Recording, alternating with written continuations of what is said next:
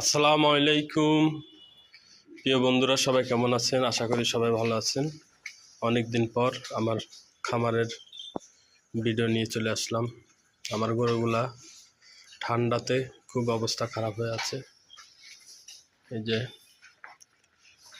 খাওয়া দাওয়া কমপ্লিট হয়ে গেছে টোটালি, কিছুক্ষণ আগে খাবার দেওয়া হলো।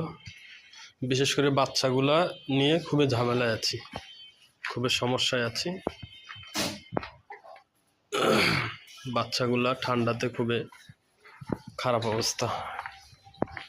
এই যে আরো বাচ্চা আছে এইদিকে, এই যে আমার একটা বাচ্চা, এই যে আরেকটা বাচ্চা, এই যে একটা, এই যে একটা, এই পাশে আছে, এই পাশে আছে, এই যে আমার সুন্দরী।